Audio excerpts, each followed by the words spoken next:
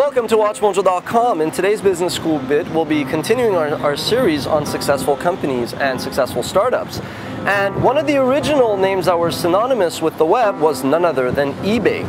Now, eBay is a very interesting case because it was founded in 1995 by a computer programmer. Pierre Omidyar, who was a French-Iranian living in Boston, realized was that the web would be perfect for a global marketplace that would match sellers and buyers from everywhere from Sydney to Sarasota.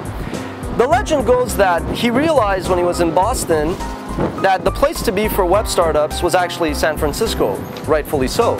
So he basically picked up from Boston, went to San Francisco and established eBay over in San Jose. And the legend goes that he realized that his girlfriend, who was a collector of Pez dispensers, no longer had her trading partners who were still left out on the East Coast. So lo and behold, Mr. Omidyar decided to go out and launch this company called eBay, this global marketplace. Now, like most legends, that's not really true.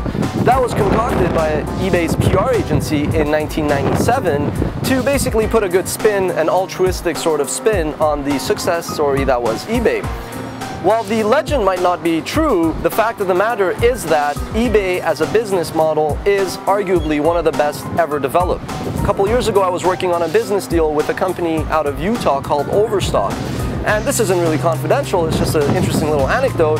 And as I was trying to understand their business model a bit more, I said, well, let me get this straight. You guys are essentially trying to compete in eBay space. I was told immediately, no, we don't really want to compete with eBay because eBay's got the best business model. The reason is very simple. It collects a cut of all transactions made on the website, and it carries absolutely no inventory because the transactions are made between two people. So, low overhead, good margins. Essentially, they have 80–70% profit margins, which makes investors very happy. Now, throughout the years, eBay has slowed down a bit, mainly because while transactions are still very much a high growth area on the web, eBay never really positioned itself to take advantage from online advertising, which is an area that is growing like wildfire these days. So eBay has gone out over the past few years and made some very key acquisitions, one of them being PayPal, a very popular payment processing that a lot of individuals and some merchants use.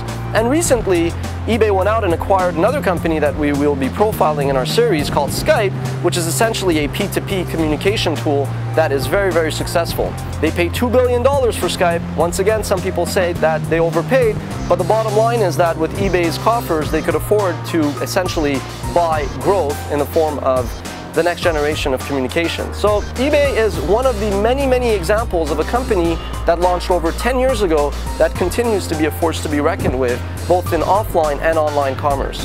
That's been this week's Business School bit, eBay on WatchMojo.com.